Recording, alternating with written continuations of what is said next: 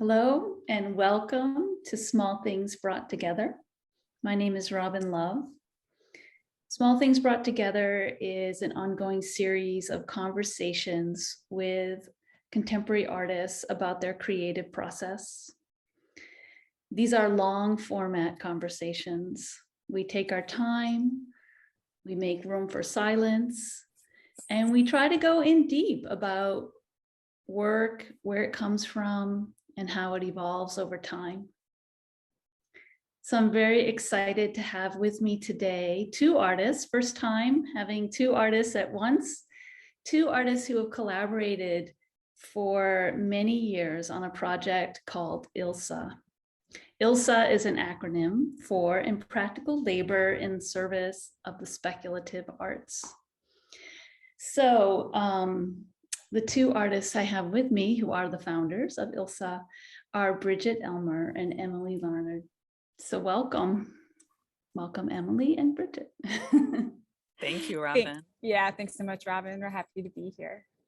So we'll have our little bit of a awkward Zoom situation with the audio, but I'm sure we'll make do.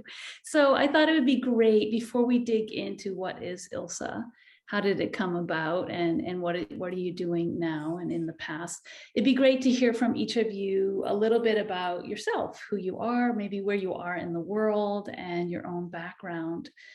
So why don't we get started there? Emily, do you want to start? Sure. Okay. So I am here in my studio in Bridgeport, Connecticut. ILSSA first got its start in 2008, but Bridget and I first met in 2002 in New York City when we were both living there. And we got to know each other because we were both simultaneously working at this educational nonprofit up in East Harlem. Bridget was writing grants in the office and I was teaching art in the after school program.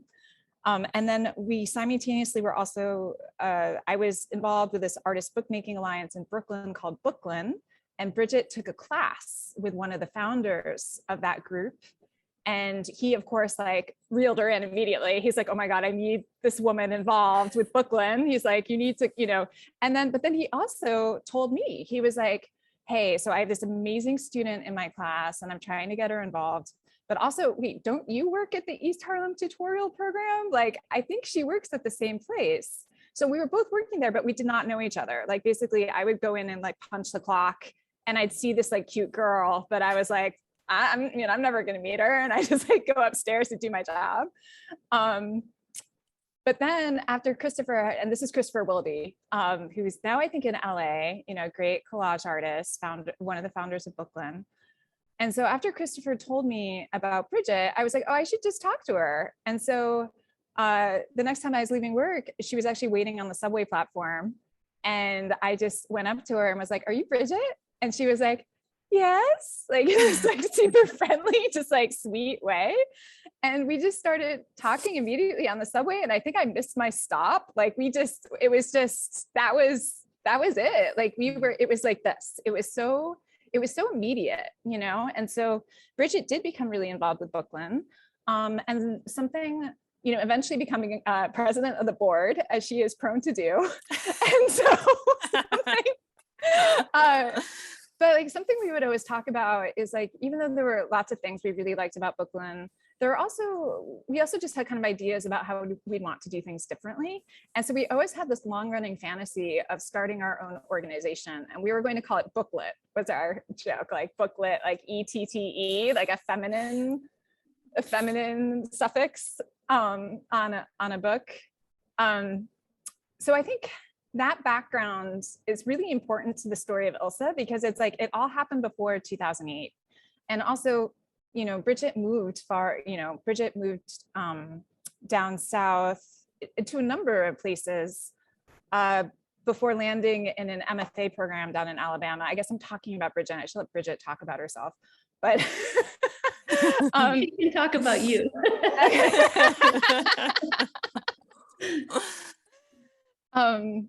So I think that background was kind of like always in our head as like, this is an option. Like we had firsthand experience working together in a larger artist organization, and thinking about like what the purpose was, how the activities aligned with the purpose, working with other people, having a board of directors, which, pretty much immediately with ILSSA, we were like, no, we don't want to be a nonprofit. We don't want a board. We just want to be able to do our own thing. Like, we just want to be able for it to be whatever we need it to be. And so when I think of the story of ILSSA, I really think of it as like, it's really based around our friendship and around collaboration, but also around like feminist ideas of how to organize and run an organization. So I think all of that is really, that's kind of like the background before you get into like what ILSSA is and what we do. It's like the way we do these things is really rooted in both our friendship and in like feminist ideas about organizing. Yeah. And maybe I'll just give a quick little pre-background to that. Is I got into making books through zines in the 1990s. So I started publishing zines in 1993 as a teenager, and just like the sending things through the mail and getting things back and meeting people and building communities and networks that way and learning about the world that way, that was really, really important to me. And I started learning, more like book art skills, like letterpress printing and bookbinding after that. And that kind of like rooted me into like a more expensive rarefied editions type world, but then I kind of like steered it back to trying to make work that's more accessible. So that's kind of like the fast forward version. Yeah. Oh, wow. I didn't know that. And, zines have such a comeback now. Yeah. So yeah, maybe we'll hear more about your feelings about that. Thank you, Emily. Bridget, maybe you can tell us all about Emily now. Absolutely. So, when we had this point of first encounter, as Emily said, there was this pre-established understanding a little bit of each other. Like, I had also heard from Christopher about Emily, and because part of, the central sort of tenet of Bookland's identity was distributing, like artists distributing each other's work in a collective model. So I, having taken the class with Christopher and started to get, more involved with Bookland, I had been lucky, enough to see the collection of current artists that they were carrying and collaborating with, and Emily's work was part of that. So I actually saw Emily's work before I met Emily, which was incredible. And I was drawn to her work, like in that same way that I felt affinity when we met. And also when I saw her punching the clock out of my door and was like, oh my God, that girl looks super cool and awesome. I'm crying. But like, I'm in development. So, I saw her work and was really like, when you get down to it, Emily's work was some of the first artist book, that is one of the first artist books I held, I guess I would say, in my hand and had like a true experience with, which is kind of incredible. And then, to actually have that affinity be present in our relating was really powerful. And to feel like, like, it's not like I felt like I knew her, but I did know her more, through the book than that can be such an intimate experience, right? So Emily, like she said, had started in zine making, and she was really also super aware and involved in music in New York at that time. So like, she took me to all kinds of awesome shows, and she had been in New York longer than I had, and she had been in this collective. So a world really opened up to me through our friendship, and through that friendship and that collective and our experiences together, which really we moved into leadership positions while we were getting to know each other. I think it also was a very empowering experience for me to pursue this passion, because my background up to that point had nothing connected with visual art. I had studied cultural anthropology as an undergraduate student. Now I studied linguistics and structuralism and semiotics. So there's a huge connection to what I eventually was doing with bookmaking, but I didn't see that at all. And so it was just a really safe and yet challenging space that was created, like being in that situation, but also having at least friendship, and also having had her traverse some of those paths before. It felt a lot less intimidating. So her work was evolving and was at this point where I was really just getting started. And then I ended up in graduate school, and so did Emily, but we went in different paths. I went, to an MFA book arts program in Alabama, and Emily decided, and we had a lot of conversations around this decision for both of us. She decided to go to Yale and was in a graduate program for graphic design. So we were in really different worlds, which was also awesome. And wherever Emily is, she excels and is very, very committed. So, she's living like what she's learning. So I was also learning, through her experience. And we were talking about our programs, which were so different, and, the things we were excited about, but also the things we were frustrated with. And one of the primary things we were frustrated with is that, like, inherent siloed kind of disciplinary situation in academia.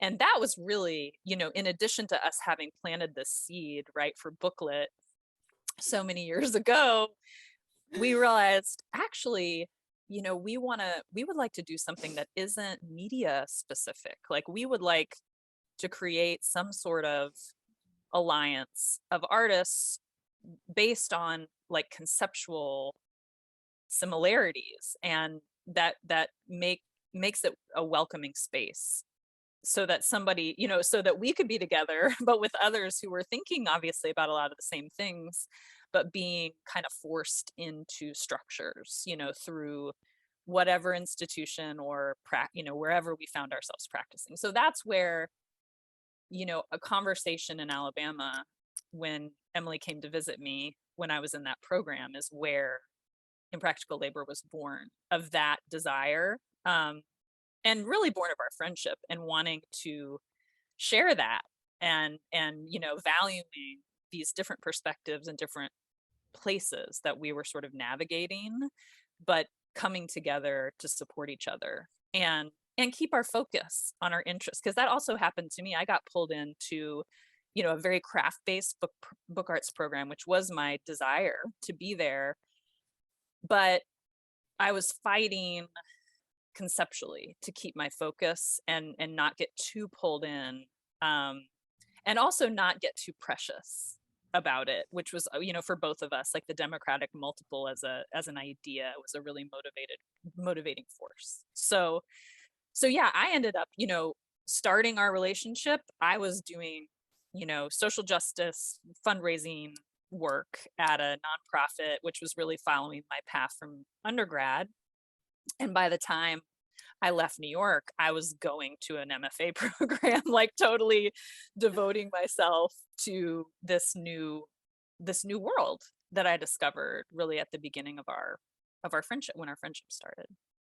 And since then, I've stayed very involved with print and book, but I feel like once I moved out of the graduate program, I really didn't make another high intensity, small edition book work like I made in graduate school. I facilitated a lot of other people making it because that was part of my job eventually, at Ringling College, where I was for several years.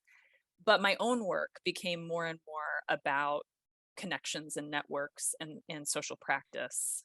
And that's kind of where my own personal work is now located, is a lot less in the artist book proper, I guess I would say.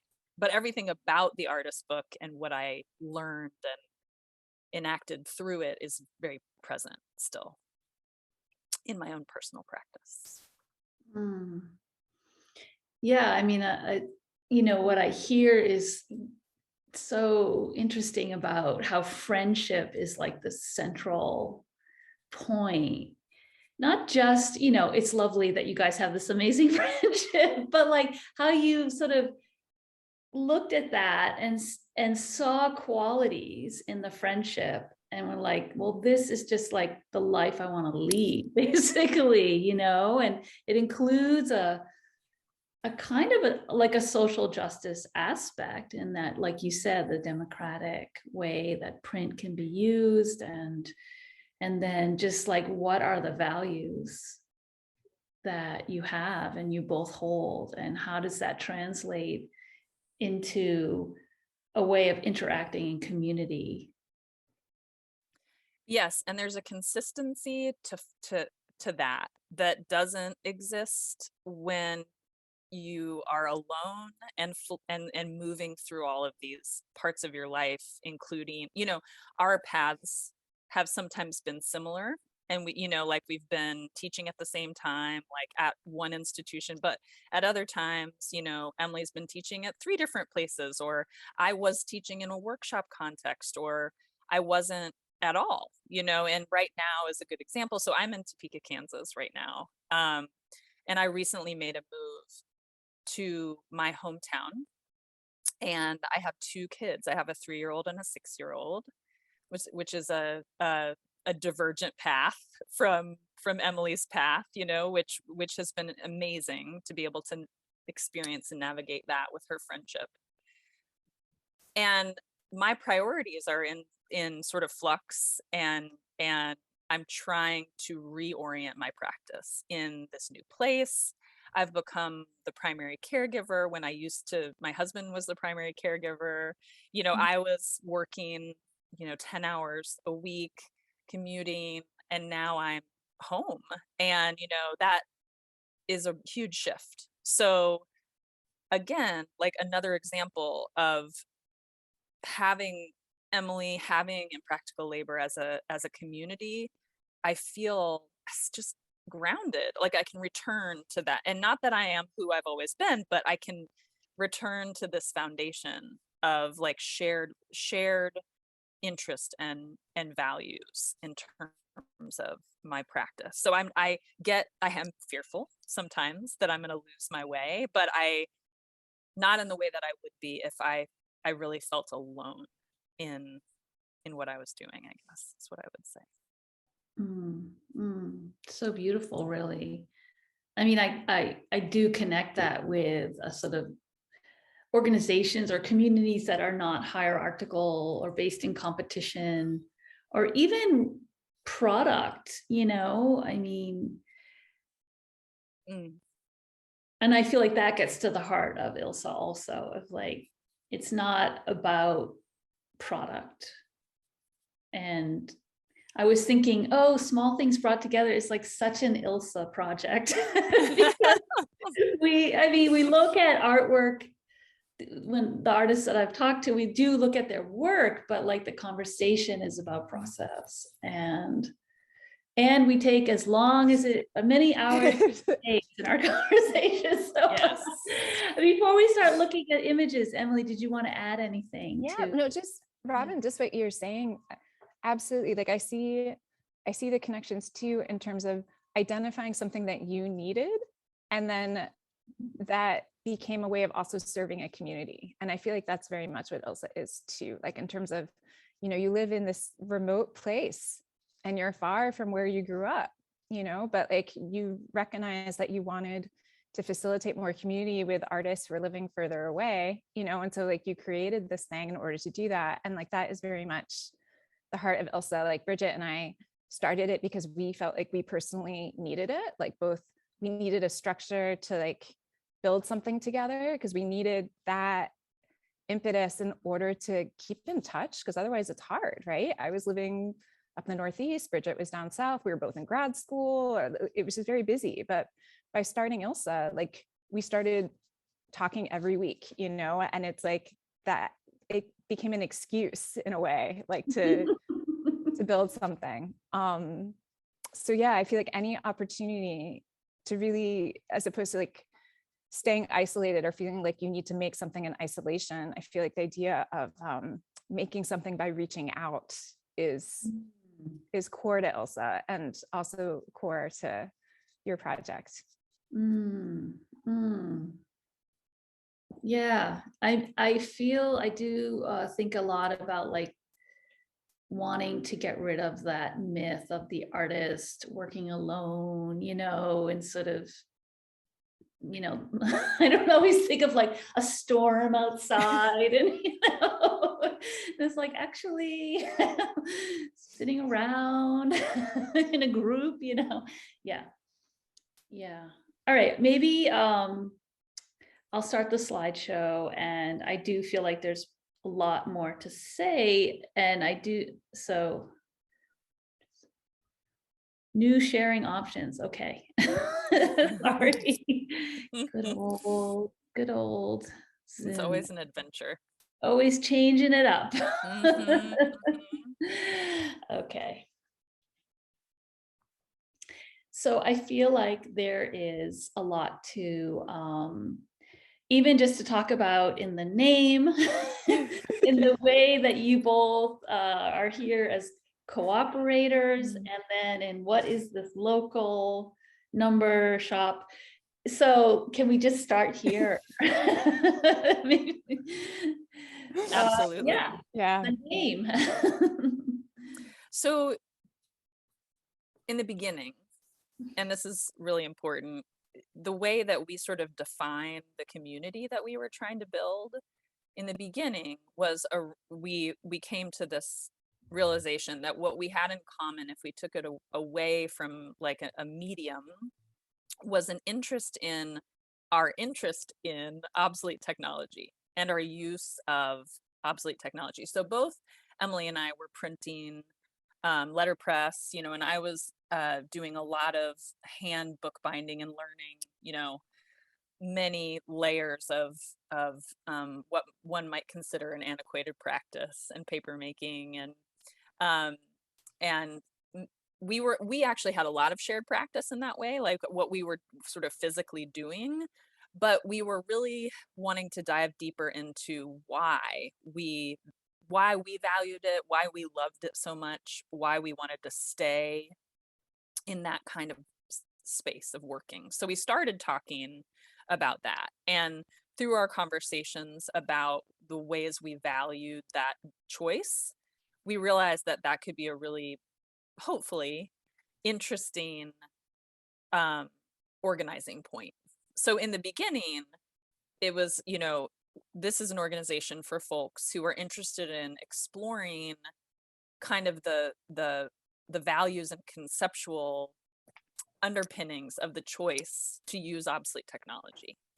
And because of that, that makes Impractical Labor make a little bit more sense, because we had all been told or asked or taunted about the impracticality of that choice. And so that part of the name was a bit of a like, let's flip this on its end and just own it, and celebrate that, and see where that heads. And also an interest in labor and an interest in, how can we organize, not necessarily around, in a traditional sense of a union, but in a union that's about the sort of spiritual or conceptual support, like a support network. How can we reconceptualize a union?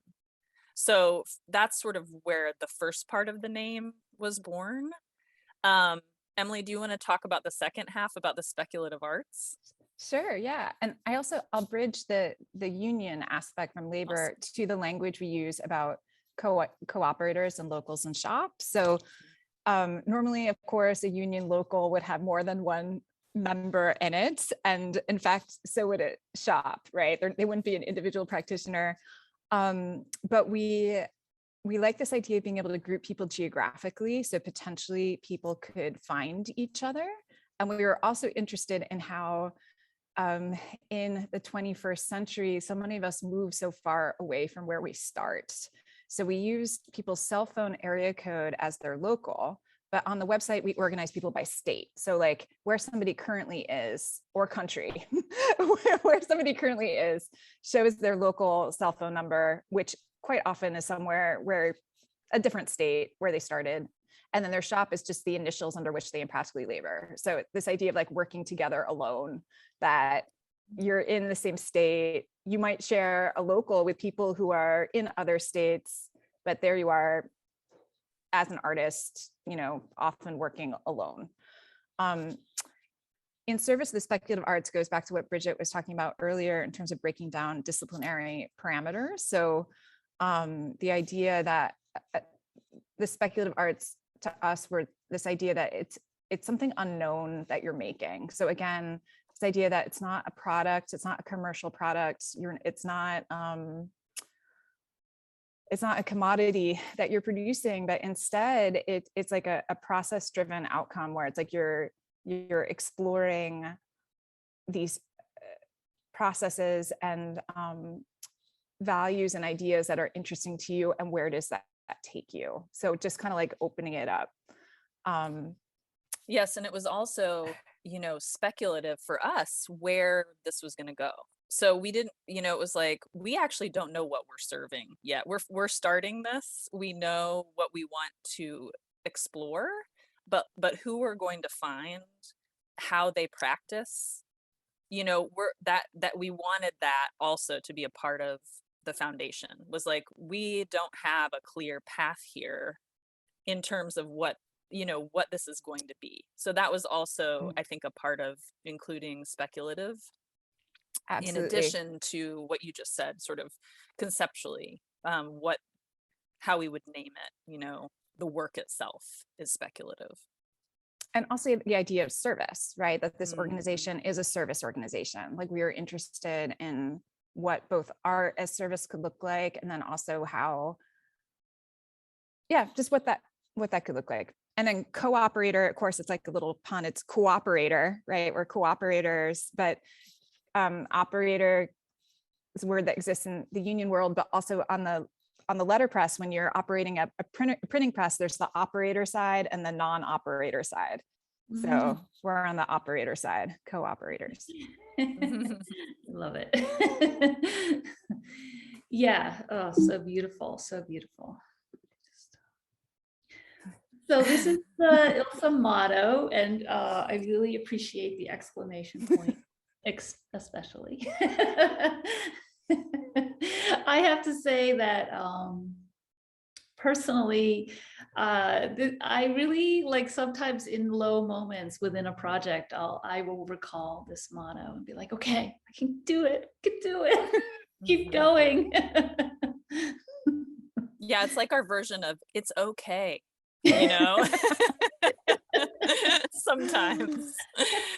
And really, it was a counterpoint for sure to some of the feelings and that we were having, you know, in the context we were in with the foundation of the organization, but also like when you were saying before about the sort of social justice underpinnings, you know, we definitely were being explicit in that sense of saying, like, you know, we don't want to get pushed into these structures that are about product and about price and about, you know, efficiency. And it still is a complicated conversation around that issue, because it's that can be a privilege to decide that you don't want to care about that, you know, but it also can be, you know, a constant available choice in a variety of spaces. And so, you know, it was kind of like a rallying call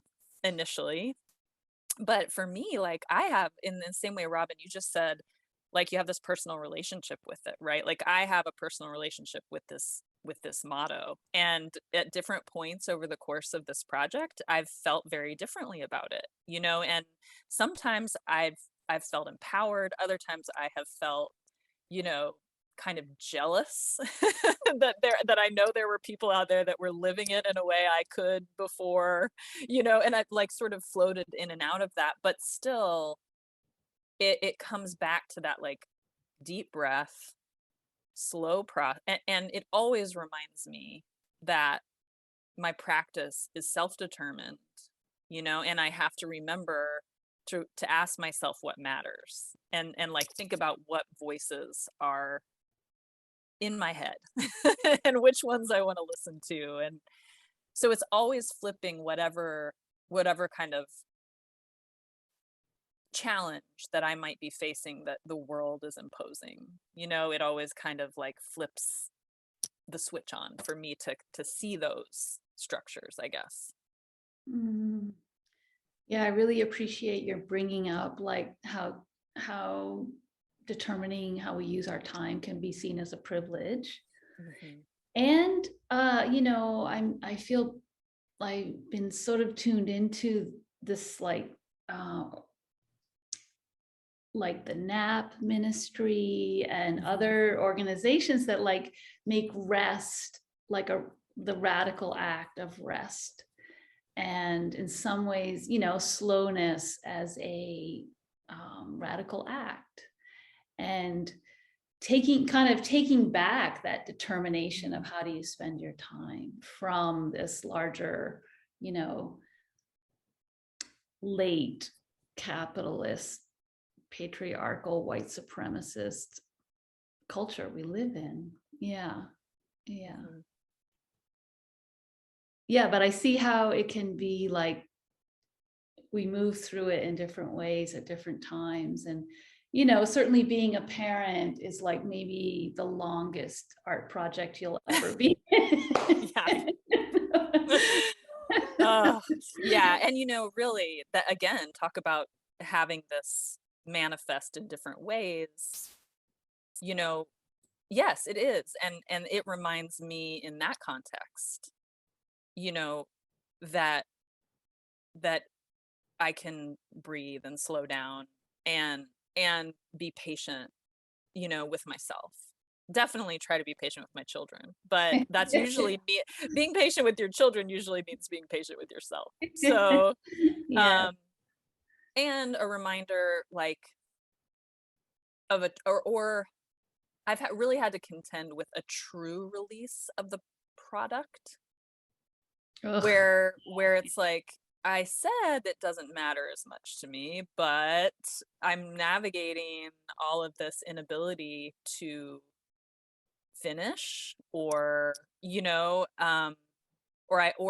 our collaboration, I have really not been able to do the physical labor in the context of being a mother in any way, shape, or form at the same level that in the beginning of this collaboration. And so navigating that in our collaboration, in our friendship, and also like personally letting go of self-judgment and guilt, and like really connecting with Emily to make sure that we're on the same page, but valuing like my conceptual contributions and finding ways I can give to the project that are really different than that, like, oh, I can physically hold it in my hand, which has a satisfaction regardless of, like, so revaluing that. It's actually been kind of like a deep exploration of the idea that the process is the point. Mm. And Emily's been incredibly supportive through that, in terms of our like navigating imbalances, right? New imbalances, and figuring out how to keep going.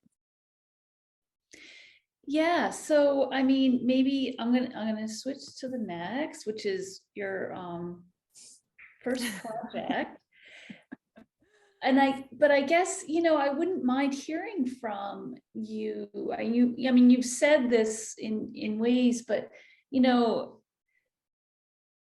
even doing a project long term as just a single artist, I've definitely had projects where like, I'm devoting the rest of my life to this. And then, whatever, 10 years in, which 10 years is a lot of years, I'm like, I'm over it. I'm done. I never even want to look at this thing again, So like how to keep, part of my admiration for ILSSA is like, it is still going.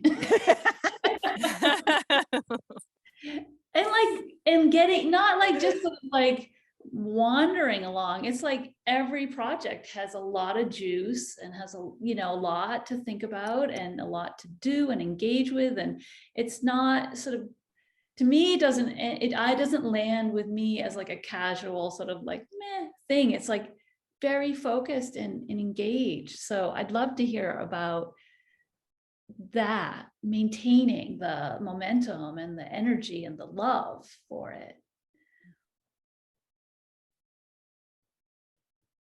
I mean, I just can't imagine. It's become, ILSSA has become so essential to kind of just the way I operate in the world. Robin, also, this has kind of become like art therapy session. I don't know if this was your intention, but like I cannot stop crying over here. I'm just like nonstop.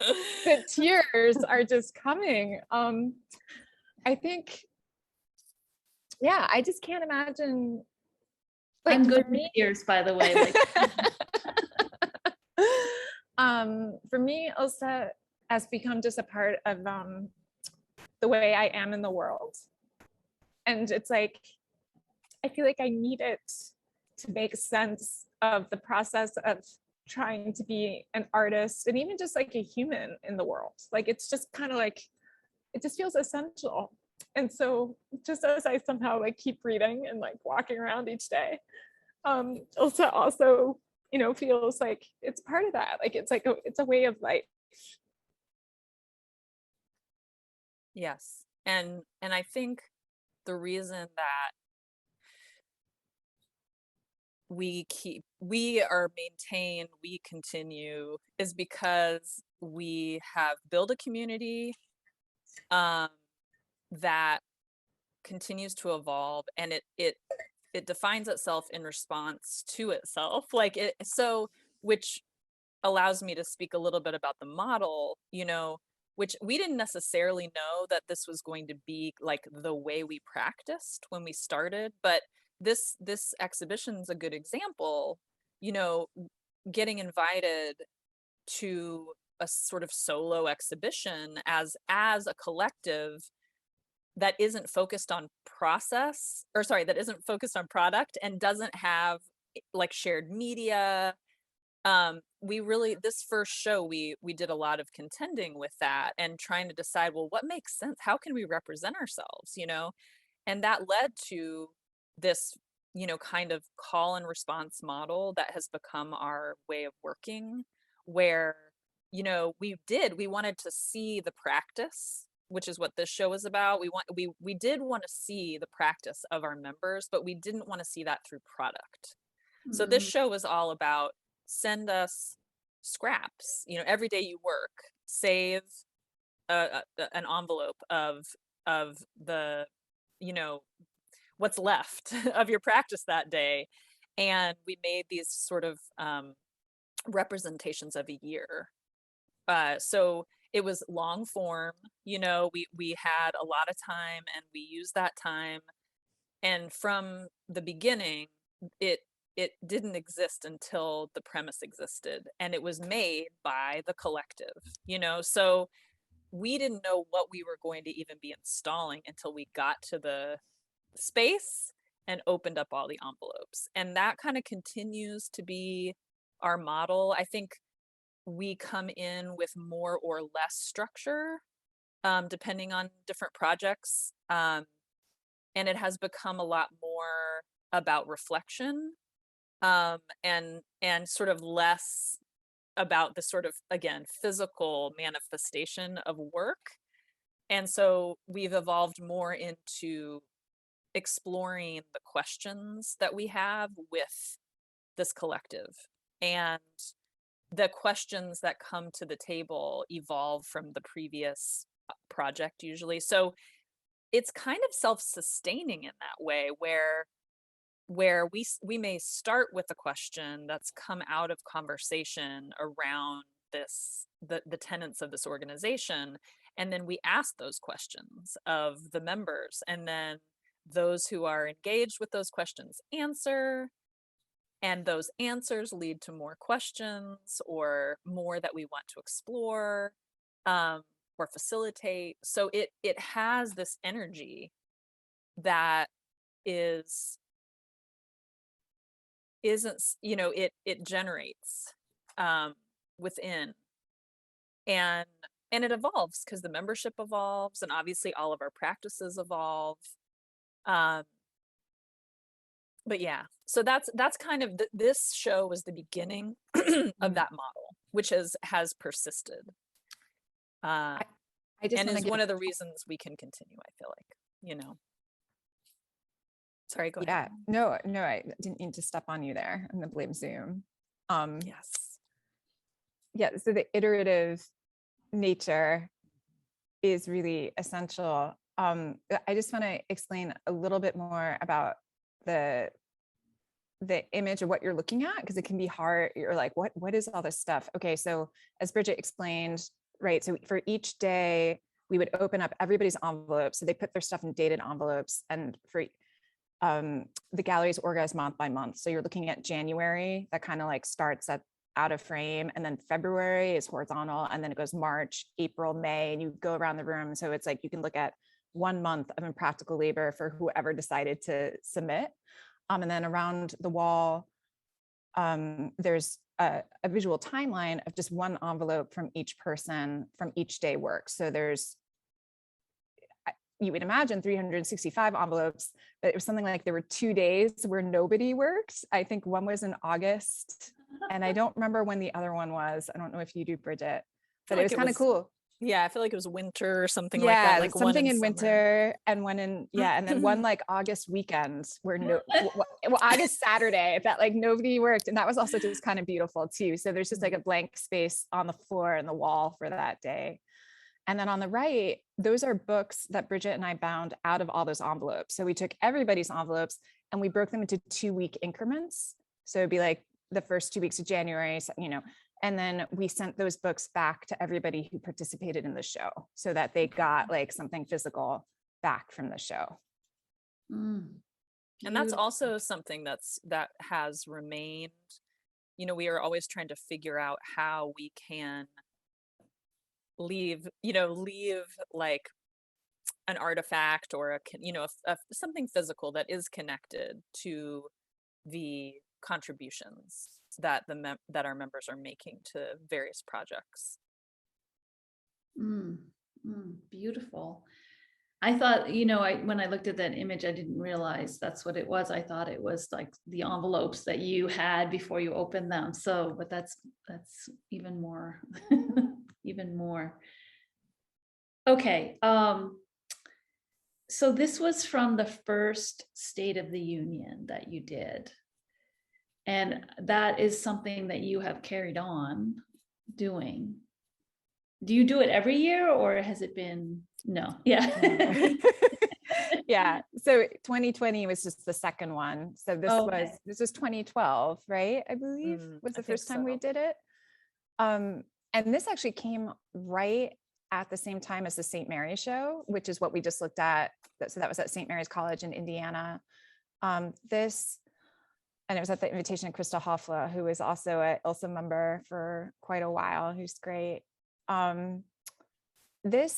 We recognized that we needed to know more from our members what was going on in their working lives. So the idea was that using a rubric borrowed from an old sociology of work textbook I found at a thrift store, we would develop a model of like what makes satisfying versus alienated work, and so that's how we came up with the survey questions and like the explanation. So we mailed the survey out to everybody. In fact, we mailed 2 copies so they could keep a copy and then return a copy. And then all the return copies, we compiled all the answers into this report. And so we'd compile each question answer by answer. So made one long contradictory voice in the report, and everybody who sent in a survey got a report back in the mail. But when we got the surveys back, even before the report, we were so blown away by the quality of the responses, of just like how thoughtful and beautiful and inspiring they are, that we knew we also wanted to share them in their entirety. And so while we had sent out the survey just intending it to be for our own purposes, for like deciding what we should do as ILSSA, and then also publishing a report so we could share it with other members, when we got the surveys back, we're like, wow, these are actually just really beautiful. And this next time we get like an exhibition opportunity, like let's send in the surveys, like let's just exhibit the surveys. And so that also became a model for us of the call and response of like sending out like a publication that people would respond to you, and then they would send it back, and then that would be exhibited. I mean, I guess I just want to say, that having received several of your, I guess, calls, they're amazingly beautiful and thoughtful and kind of mind-blowing in terms of the care that goes into them. I'm always just like, how is this even possible? And even sometimes I don't want to write on them.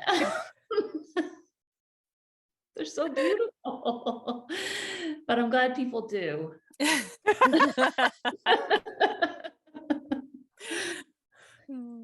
Yeah. Well, thank you, Robin. Yeah. So I guess to say, like, it feels like you have several aspects to what has evolved in terms of what happens through ILSSA. There's simply, like, you can just be a member, and I don't know, for me that feels like an action, like, even if you don't do anything else, there's this possibility of just joining this other group of people who you may never meet, and yet you have a connection. There's like a heart connection there. Then yes, there's these call and responses, but then you also do, at least pre-COVID, personal events, in-person gatherings. So this this is an example of really the first time that we tried, and that was to come together, and that was in response to our membership. In that State of the Union, it became clear that that was something that people wanted, which we really didn't know until then, because this kind of like as many hours as it takes, and then our informal working together alone, which is our other sort of motto. Unofficial we motto. Didn't wonder, we just didn't know, like, does anyone actually want to see each other? Or is part of what people love about this is that they are, disparate and in their own worlds, but they know, they're a part of a network. So, I mean, it wasn't, as it never is, unanimous, but there were enough people that said we would really like to get together, that we decided that we would go ahead and converge. And that also was possible because we were invited into 2 different spaces, actually 3 eventually, but we were invited to do a show at the Center for Craft, Creativity, and Design in outside of Asheville in North Carolina. And then we were also invited to engage with some of the spaces in Asheville Bookworks, where I had worked and taught and had my studio when I was living there, and was living there at the time. And then there was this awesome record store, Harvest Records, that also hosted a part of this convergence, with kind of a small exhibition of hands and tools of our members, images of their hands and tools. And then this convergence that, took a lot of different forms. So we were visiting different studios. We were, showing sort of representations of ourselves. And then what we decided for the show was that we wanted it to be the conversation, and we wanted to prepare the space for the conversation. And we also then wanted to leave the results of our conversation and what we called the working group in the space. So you can see in this image all of these notes that Emily was taking on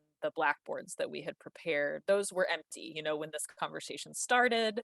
And these are members of ILSSA sitting together in the space. We also had tools of the members on display in here, and also had the beginnings of our library. We had like a reading room where folks who came, and it was possible to send stuff if you weren't able to be there. There was representations of meaningful resources in this space too. So this, kind of took what we learned with the State of the Union, and then we were able to dive in deeper with a larger group of folks who were interested in convening and kind of determining where we were heading next with the work. Just gonna go back. So was this the package that was prepared? That was actually for after the meeting. I know Yeah. it looks like something you'd be given at the meeting, but it was, yeah, so it's a compilation of, has an essay by the curator, Marilyn Zaff, and then notes from the meeting that we compiled from everybody who was there, and a list of the books that were contributed to the library, and a list of the tools that were in the exhibition. So it's really, and then there's the little notebook where you could take notes. And then there's a response form with an envelope for people who couldn't come to the meeting, that basically they could like read all the minutes and everything that was there, and then kind of like provide their own feedback or insight about what they would like to see ILSSA do next, and send that back to us. So yeah, so this was like kind of an important, both like document, but also invitation. I'm just going to go back one more, just in case anyone has never seen letterpress. Yes, and that was another exciting part of this convergence, is that we have been practicing an annual holiday since the beginning of our foundation, and that's the Festival to Plead for Skills, which is based on, there's both a Chinese and Japanese holiday, where in the tradition of sort of wishing for a skill. And so we were so inspired by that and decided we would like as a group to practice a skill on one day every year, 7th day of the 7th month. So we were actually able to have that practice in community, you know, with the folks that were present for the convergence, but also folks all over the country and beyond were also invited to practice and celebrate that day. So that was, I practiced setting type on a curve. That was what that was. Yeah, and I know I have some pictures near the end of the first, I guess, was it the first online one? Anyway, one of the online versions. One of the residencies. Yeah. So this was another project. Nothing will help us. Yeah, how prescient. So that is actually by Marianne Dages. And what she did, so this is a workbook about time, because from the survey, it became clear that many of our members were struggling with their relationship to time, or feeling like they didn't have enough time or to make better use of their time. So together with Erin Coick out at Colorado College, who invited us to do this show, we came up with 28 different prompts about time. We divided the labor between the three of us. So we entirely handset typed, letterpress printed it, and then we sent it out in January, and people had the month of February to do it. So 28 days, 28 prompts. They sent it to the gallery in Colorado in March. And so Marianne Dages, with that chipboard, but nothing will help us, she burnt the pages of her workbook and made an ink and printed that on the chipboard and sent it back in. Yeah. And amazing. And so, and there's somebody else who like sewed through their workbook such that you couldn't open it. They just like stitched the whole thing.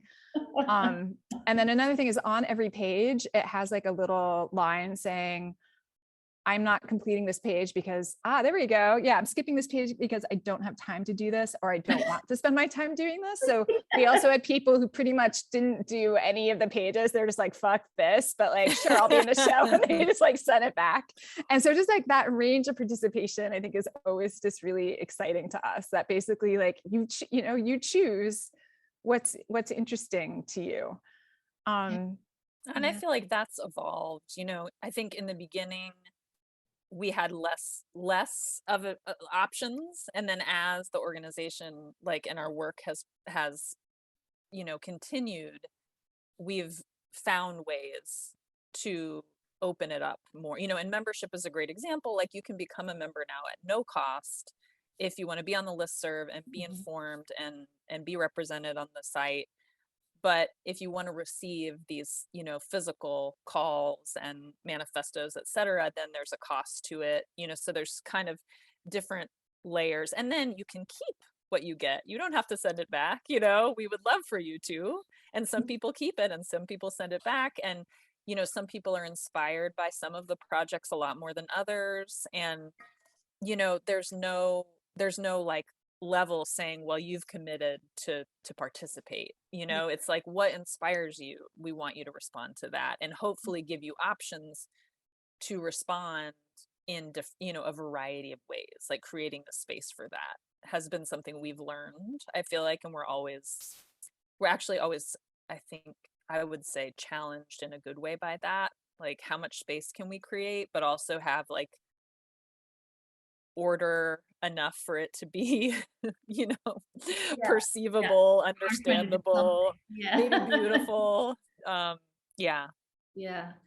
I love this list. If only I had more time, I would. Like all the things that they said they would do. I love that list.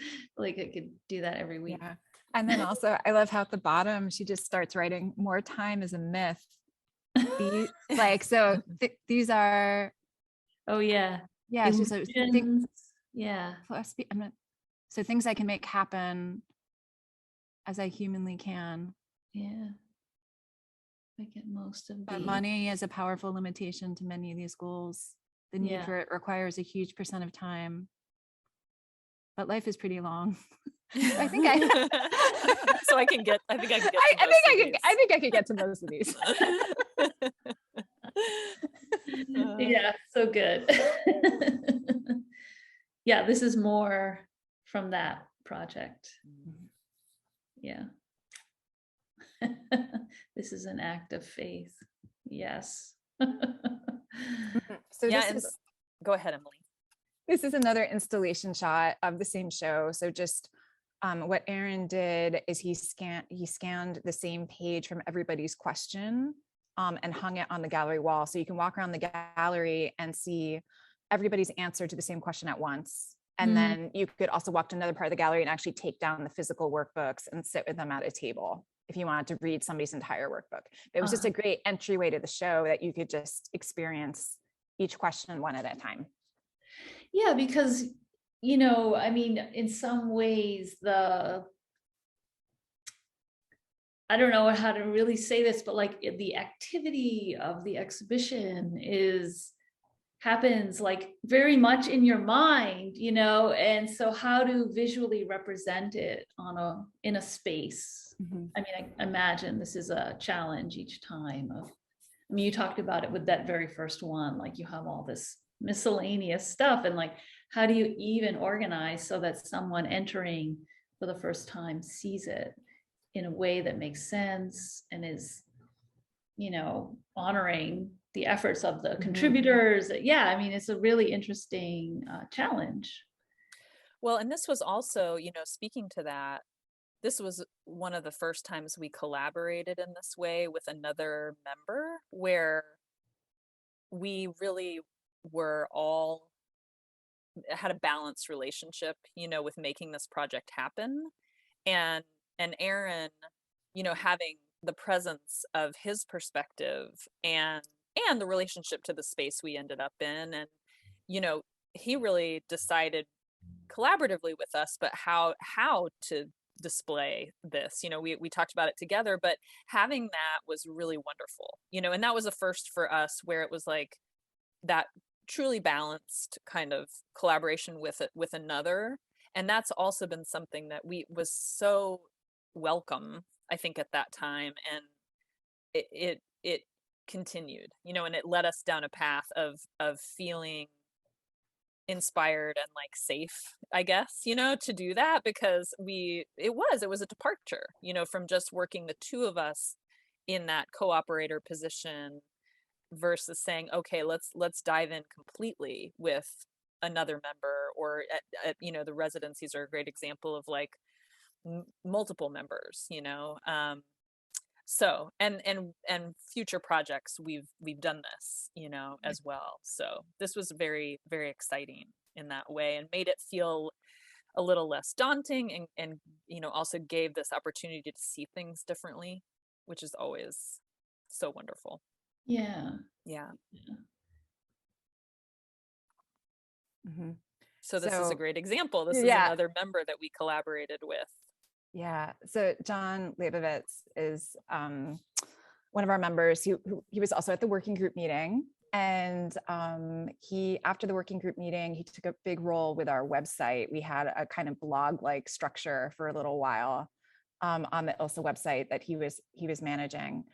And in one of our meetings about that, he mentioned that he had come up with this self-test to determine how he felt at different times of the day, so he could plan his day around that, because he was basically a retired computer programmer. So he had a lot of control over his schedule, of like when he would meet for freelance projects, and like when he would just be like, no, I don't want to talk to anyone.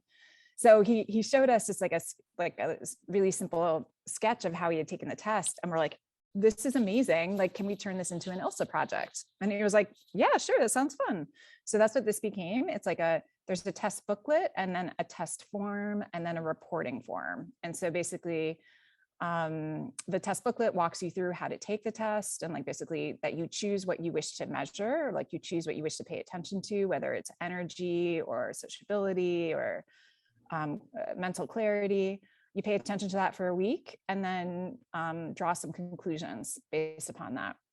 And so what we discovered from this is we thought we were taking this kind of like scientific approach with this like hypothesis and then like an average day at the end. But what we found from a lot of our members was that they were kind of like, I don't think there is an average, but what I've learned from this is just to pay attention to myself and how I'm feeling, and honor that more. So I think sometimes even when projects don't turn out the way we plan them to be, it's they open up something, right? Because like you learn from anything that you do, and so they open up like some opportunity for gleaning. Mm-hmm. Yes. Yeah. And I think even on your website, in one of your lead-in lines, and it's evident throughout, but there is this contemplative aspect to all your work. And that's really where there was an evolution of the sort of focus for the organization. Like I mentioned in the beginning, that obsolete technology was what was sort of the uniting premise, but we started to realize that was extremely limiting, and that we were sort of inadvertently not welcoming people who were very interested in what we were doing. And so I feel like as this model kind of evolved, we also realized that we needed to probably let go of that as any kind of requirement for people to identify with. And instead, as you just said, we moved to this idea of reflection as a practice and as a part of practice, and that this is really a community of folks who are interested in that and supporting each other. So contemplation and reflection, really became the center, whereas we started with this kind of very like still all interested in ideas, but very sort of grounded in some sort of physical practice. And that was really, that I remember so vividly the moment that we decided to let that go, and it felt so right. And that again was one of those things that evolved through what we were hearing, learning from the members. And yet so connected to this idea of like time and like a refusal to make time a commodity, or obviously I'm totally on board to the idea that there's a huge benefit to like sitting still and turning the light around. But it's a hard sell in general. Yeah. So And this is the self-test of Nikki Desis. who very generously returned her full booklet. We felt like this was a pretty personal one, so we didn't ask people to return the booklet, but she was just very generous, and she was like, "No, you can have the whole thing." It's beautiful. So we're like, and also, is it okay if we scan it and like share it with the world? And she was like, "Sure." So yeah, she's also a longtime member, very generous. Yeah, fortunately, it's like the handwriting isn't super legible. So. Right. It's more like a feeling you get. Yeah, right? yeah. And just you get the feeling of, an engagement and commitment to participation that is always really such a beautiful aspect of your project. It's like just how many people engage so, with so much commitment that I think your commitment to the beauty of your packages and it's like inspires that. Yeah. And again here, yeah, so if you have never seen Letterpress, again, here is more. Here we go. Yeah, this is manifestos. Yeah. Yeah, so this is an ongoing project. So these are a couple of the first few manifestos and a more recent one. This came out of actually, again, going back to that working group meeting. Aaron Kowick, who invited us out to do the show at Colorado College, the It's About Time show.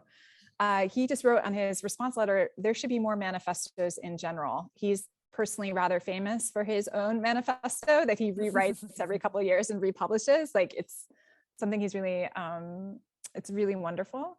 And when we got that note, we're like, that's a great idea. We should invite people to write their manifestos. So Megan Reedy, who also is a member who was at the working group meeting, was interested in helping out with this. And so she helped create the call for manifestos in terms of like the writing and helped, her manifesto was the first one, a manifesto for sewing by hand. And so I worked with her on producing that. And then she helped with like ideas for the form of some of the next ones. But it became just this way of like inviting people to like pause and reflect and commit, like, and so it's very slow. Like we definitely have received more manifestos than it's been able to produce, and it's not like it's a huge quantity. It's just that it's hard to find a physical form for somebody else's manifesto. So yeah, I'm finding it like a time-consuming process. But that first one, a manifesto for sewing by hand, so it's one of my favorites because I learned new things in making it. So like my studio, I was talking about it with my studio neighbor, Richard, he's on that side of the wall. And he was like, oh, you should, I was talking about, I wanted to hand sew each one in a different way. And he's like, oh, you should dye the thread with natural dyes, because it also talks about dyeing in the book. So he taught me how to dye thread with natural dyes. And then I used that for the edition. And so that was really meaningful too, to like engage so deeply in her practice by making that manifesto. And then that makes sense why maybe each one might feel a little daunting. Like, maybe wow, that was the first one. Right. Yeah. But I've had a lot of, I've been lucky to have a lot of studio assistants from schools where I've been teaching over the years. And so like, they also have really helped with production. So like the next one, the Accidental Press Manifesto by Melanie Lewinsky, one of my student assistants, Amanda, produced that one. And so that was really helpful. Amanda Fernandez.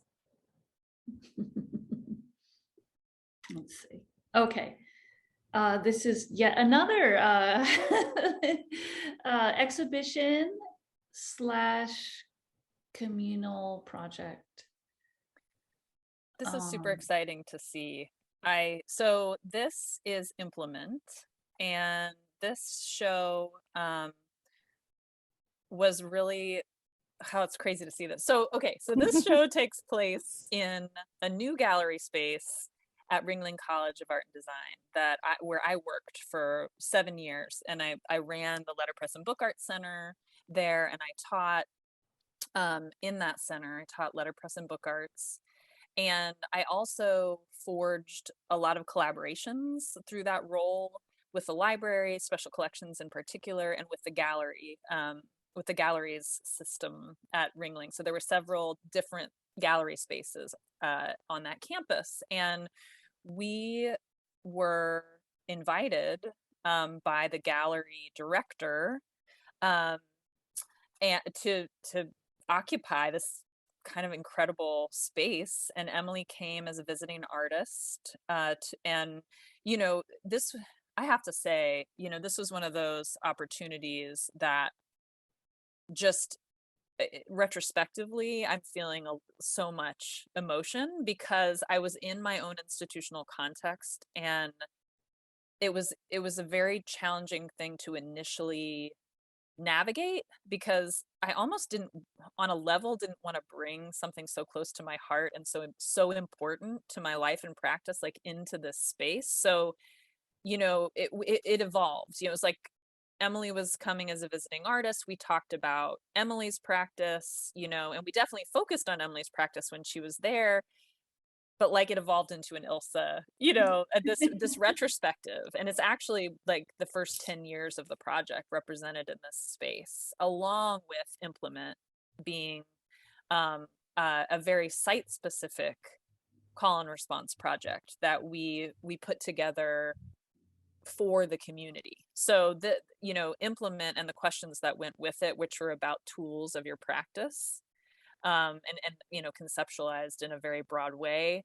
We use the risograph to reproduce a letterpress printed sheet in the space, and people answered the questions on site, and those responses filled the wall as the show was in place, over the course of those, I think it was 2 months. So, on one wall, or I guess 2 walls, were all of the projects. And you can see also in the cases, everything that we had done, everything that we had produced was represented in that space, but we also were engaging directly with the community with this project, and reproducing, like actually making the surveys in the space with the risograph when we needed more, and the students who were docents in the space were involved with that process, and also involved with installing. Mm-hmm. So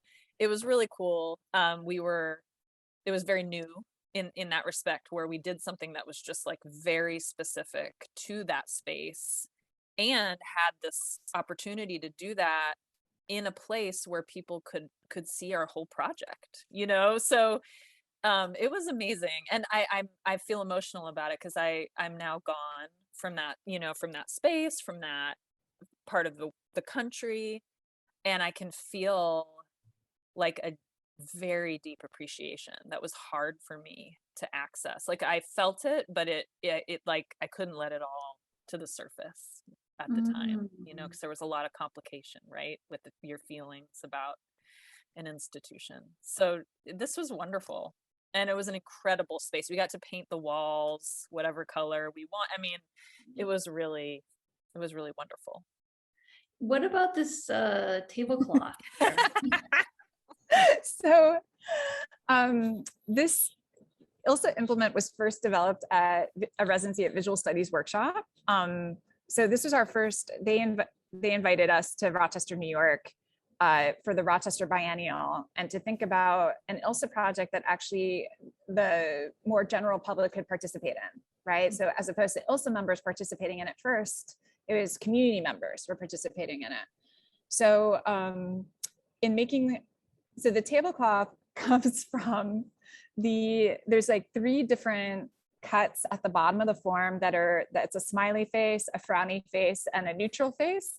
And those were found at the Flower City Arts Workshop in Rochester, New York. So when I was hand typesetting the form, I believe at the bottom it said so it's asking people what their essential tools for living are. And then at the bottom, it says, my current access to this tool is, and then there's like the smiley face, the neutral face, and the frowny face. But if I remember correctly, I could only find a smiley face and a neutral face. So to make the frowny face in the scan, I just turn the, how do you say, I turned the smile upside down to make the frown. Like it was, yeah. So that happened in post. That was that was a Photoshop move, but yeah. And so it's like a paper banner that we, actually, I think, no, Ringling printed those for us, right? Yes. I think, yeah, I think You I prepared still, them. yeah. Yeah, and this was really satisfying in that respect. Like we were able to, this project started, like Emily said, at VSW, and then it moved. Like it was one of the, it was like, oh, you know, we actually still, I would love to do something with all of the answers that we received. It's kind of overwhelming. There's a lot, and there's like that's one of those not finished projects that's out there, like a translation of that. And you know, translating responses within the ILSSA community, it has a scale and like a kind of shared interest, right, to it, that makes framing it, and it just makes it like more doable. But like the scale and also the diversity of responses is very different to navigate. So that's one of the things. It's like trying to figure out how to kind of respond to this project when the model is really different than how we usually work. So that's also interesting to kind of think on again, right? Like, because we took it outside of the defined realm, and then how does the response happen? Right. New problems emerge. Yeah. Yeah. Yes. Oh, there's some more. And I just want to shout out to Mark Ormond, who was at the time the director of the gallery at Ringling, because it was really I collaborated with him a lot, and he was a champion of me as an artist in this. He like I made it difficult because of those complicated feelings, but he really persisted, and that's part of my emotion, is just realizing what a gift that was for him to be persistent and make sure that this happened. So I want to just shout out to him as well. Yeah. Oh, and this was part of it. Yes. At another space. Another school. Oh. Yeah, this is Webster University in St. Louis. But yeah, it was another iteration of the ILSSA Implement Show. Oh, okay. I guess yeah. I had that confused. Yeah, well, but it's the same project. It's just ILSSA Implement at Webster. And so this is like the quiet room. So normally I guess it's like a video projection type room at the back of the gallery. But we just turned it into like a little reflection space with some reading material and a plant. So you could just kind of take some time back there. Plant, yes. Yeah, I love this. And it really, like, you know, really brings home the idea that you're deliberately, you know, it's not just like a byproduct of this idea of reflection and contemplation. It's like actively part of the purpose, you know.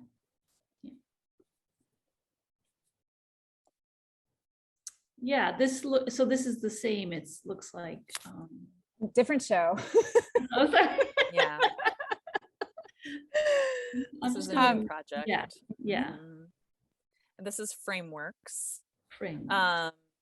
And this was an interesting translation of our model, because we knew that we wanted to go down this road of asking the membership to contemplate frameworks that sort of define their practice or their thoughts about their practice. And we actually reached out to the listserv first to initiate that conversation. And the conversation that happened on the listserv, which isn't always, you know, super active, like it kind of like comes and goes, how much response we see or how much communication we see. This was like kind of unprecedented. We got so many responses to our questions, like in our attempts to formulate this idea, that we incorporated those answers into the project and created a zine of sort of all of these answers that led to the generation of the categories of framework. So this was a very collectively generated project, where we didn't want to define the frameworks and then ask the members to respond within them. So we started this conversation, and that conversation, through the answers and those interactions, these frameworks emerged. So they were really defined collectively, and then we put the project back out there for responses with a titled sheet for each of those defined frameworks that folks could decide to respond to or not, depending on how they resonated with different members. Okay, that's a different one. So where was this one? That's at Unrequited Leisure in Nashville. Oh, Nashville. Okay. And then the ballot. The ballot. Yeah. The ballot for 2020. So this was just last year. Oh God, it feels so long ago. Yeah. At the Aldrich Museum of Contemporary Art here in Connecticut. And they invited us. They already had an exhibition called 2020 that was a long-running exhibition where artists continually made new work over the course of the year 2020 in response to the election, and they would just continuously reinstall the show. And so Namulan Barasan in the education department invited us to participate in the show by specifically by that point thinking about it was COVID time. She was like, you normally do mail art pieces. Could you make a mail art piece? And we're like, yeah, absolutely. So, you know, in conversation, it became, of course, natural to make a mail-in ballot because that was like the big conversation at the time. Bridget did a lot of the research for this. Do you want to speak about that? Yes. So what I ended up doing, you know, and as is so often the way that we work, was like where our brains were at the time and trying to contend with the moment, and then maybe make that constructive in a way that it wasn't feeling, you know, like for myself, I was feeling really like a lot of fear and stagnancy and feeling out of control of, you know, everything. So I decided it might be helpful to sort of mine the data of the election and the pre-election. And so I read the convention addresses of the presidential and vice presidential candidates and pulled words from those. And in many cases, they were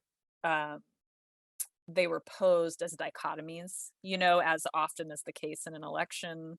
So like pulling those dichotomies, but also like repetitive words that you were seeing regardless of the, you know, the context sort of, or the meaning. Yeah. Just like, and well, also what does that mean? Some totally crazy stuff that just like, there's a few things where it's like, I just can't believe this is in a transcript. And, you know, so. Can you give an example? Do you remember? Oh gosh. Oh, no, I wish I could see the ballot more closely. I can't remember. I have them right over here. Do you? Oh, good. This is some more of them. Yeah. So these were actually sent to the Aldrich's community. And this was really specific to this show and made with that community in mind. And it was sent to the Aldrich's community and also to those in our community of ILSSA members who expressed interest in receiving them. So the responses also were received over time and then hung so you could see both sides, as both sides were very important to the project. Are there some that jump out? Yeah. So like the values we share Mm. one national family, Mm. hollow words of empathy, freedom always wins. Yeah, Mm. just a few. Mhm. Mm. Those are like things that- American darkness versus American greatness. Oh. Yeah. And so this was an opportunity to say like, okay, you know, these are presented to us in this extremely curated and like insanely intentional way. Like, can we pull this apart and respond as individuals, right, to these words that are floating around, and some of them are even being used as assumptions, right? Yeah. Like just Mhm. givens to define our national identity. And it's like, Mhm. so I found this to be an extremely satisfying project I was so grateful that we were invited. You know, it was a challenge at first because it was a little outside of our usual practice, and it was like thematically very focused, and it wasn't necessarily coming out of our usual call and response way of getting to a theme, but it felt so right to be responding and in the moment through this project, Mhm. like contending with the current cultural and political moment. Yeah, it felt like a gift to be so in real time and working on this. Like I was setting the type for it on election day. And I was just so grateful to be doing that, like just to be listening to the radio, but like making this thing, you know, like, Yeah, doing something. Yeah. right. Yeah. Mm. And, you know, again, there was a little bit of like, how is this going to manifest? We haven't really done this before, where we're creating a project for a community, like for a community that isn't like our own in the way that we're used to, and sort of inviting a larger group, and creating it for that context, which again, it was liberating, and it was very different and very satisfying. And to bring, you know, our community together with another, like at those cross points of interest, was really cool to see. So the way Yeah. that, oh, sorry. No, go ahead. Yeah. I was going to say that the way the structure of this worked was that people had to register for a ballot to receive one, but anybody could register for a ballot. So anybody who was on the Aldrich mailing list or somehow heard about the project in any way could just register for the ballot, and they would get it at no cost and with postage to send it back. So it was an open invitation. You just had to register.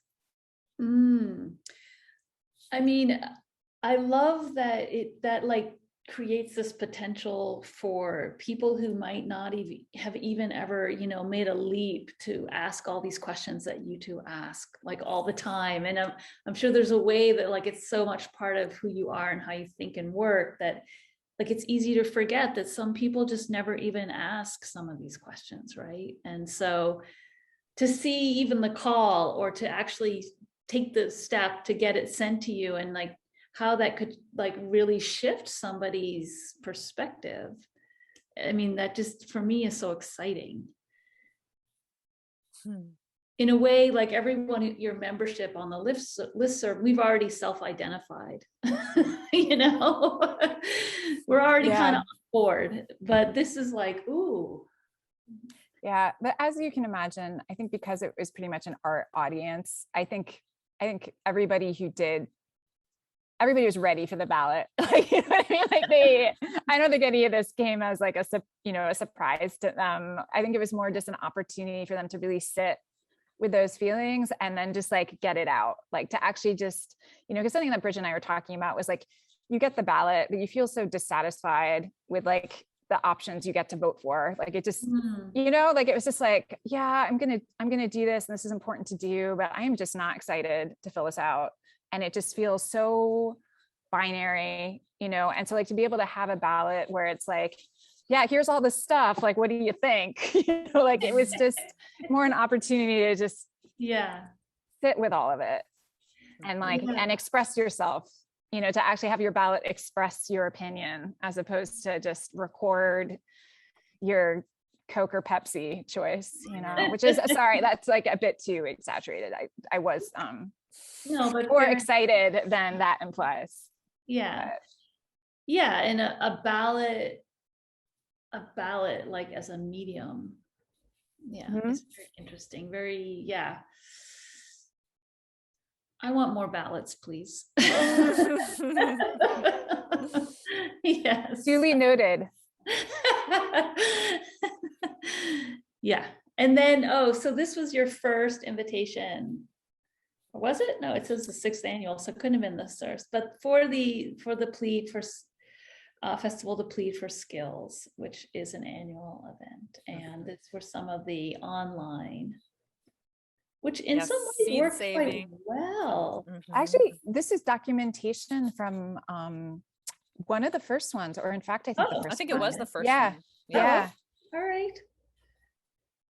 But yeah, we this- just, sorry, in 2021, it was, you had a Zoom event. Mhm. Yeah. Yeah, but in the past, until the convergence, it had been the sort of, we're all working in our own studios at the same time.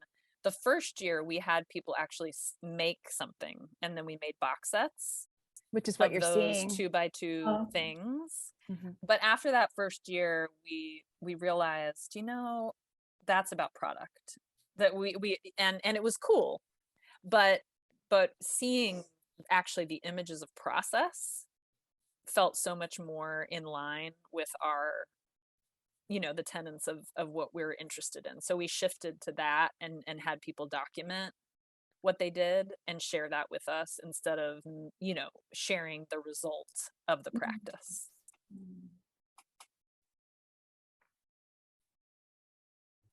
Were you going to say something, Emily? Sorry. Oh, so seed saving, and then, okay. Yes, I like that so much. Let's see. Oh, and I think that's actually the last one, even though there were also, you had more images of your residencies, including one that happened this past summer. Yeah. So this past summer, Virtually. right, was no, we didn't have one this past summer 2021. Oh, right, Summer 2020. 2020, we had a virtual one. Before then, the ILSSA residency, just a quick note about that. It was also possible by John Leibovitz, who did the Making Time project with us. He has an apple farm down in West Virginia that he turned into an artist residency, and he invited ILSSA to have like a part of that time, and basically like, how did we want to do it? And so we did that for a number of years until he closed the residency. So now we're looking for a new home, a new ILSSA residency iteration, because we would like to do it again in person somewhere, some idea of how that could work. But right now this is in dreamscape. Yeah, so maybe that's the kind of a nice way to begin to wrap it up. Is there, I mean, do you have a little to share about what might be coming, or it's not yet ready for public consumption, or both are fine? Bridget, do you want to speak a little bit about a couple things that you're doing now? So actually, one of the things that's about to happen in 15 minutes is a study group project that we've started. So we've started a study group and also a practice of skill sharing. And these are kind of new for us, where we realized through the virtual residency and some of these ways we've come together in the past in person, that like that desire is still there. But we talked a lot about how can we support that in a way that people can engage in, realistically, and also can drop in or drop out, So we're hosting our first reading group in 15 minutes on Zoom. I guess we're definitely wrapping this up. Yes, and that we're starting from our library. So on our website, you can click on the library link, and that compiles a lot of resources that have come to us from the membership and that we've self-generated in relationship to the project. And so we kind of mined that list and chose Mark Fisher's Against Competition as our first resource that we're going to discuss. So we're going to spend an hour talking about that publication today as the first study group, and then we're hoping that members will express, their interest in exploring other resources, either from the library or something that's new, and we'll build the library that way. And then we've had 2 skill shares, one that was calligraphy and one that was a departure from that of making your own pens called cola pens with 2 of our members. So we're going to continue that project as well, where we host like a half an hour quick skill share on Zoom. So those are 2 sort of more like one of those projects. Like we're not recording either of those. Like this is just a way for us to come together. 2 different ways for us to come together. So that's one part of what's happening. We also just finished another one of those site-based projects similar to what we did at the Aldrich at IS Projects in Fort Lauderdale. And that project was collaboratively conceived of and then installed after our 2 communities responded, IS Projects and ILSSA, and it's called Maker Matching. And this was a way for us to hear more about what our members and what the IS Projects community is looking for in terms of support, and how we could facilitate that on more of a one-to-one or small group basis. So kind of building from the foundations of this organization being based in the friendship between me and Emily. We wanted to give that gift, which is also of great interest to the IS Project folks, Ingrid Schindel and Sammy McLean. So we worked really collaboratively with them to formulate that. They did an incredible installation. People who visited the exhibition got to kind of make their votes for who could be paired with whom based on the surveys. So we'll be sharing more about that, and then moving to the next step, which is facilitating the matches that were made through that project. And then Emily, we have some other ongoing stuff that's in the wings, like we have a quarantine, we have our latest State of the ILSSA Union, and now I'm remembering we have all of the implement, like we have sort of larger. We have a big backlog. We do of possible publications or in process publications. And then we're really hoping that the 2 of us can meet in person soon. And that will kind of be the residency for this round. Will just be the 2 of us getting together in person after this wild 2 years. Almost 2 years, and just kind of taking stock together, which we haven't had a chance to do for a really long time. Yeah, that sounds like a beautiful thing to do. Yeah. Well, thank you both so much. It's been wonderful to have this conversation.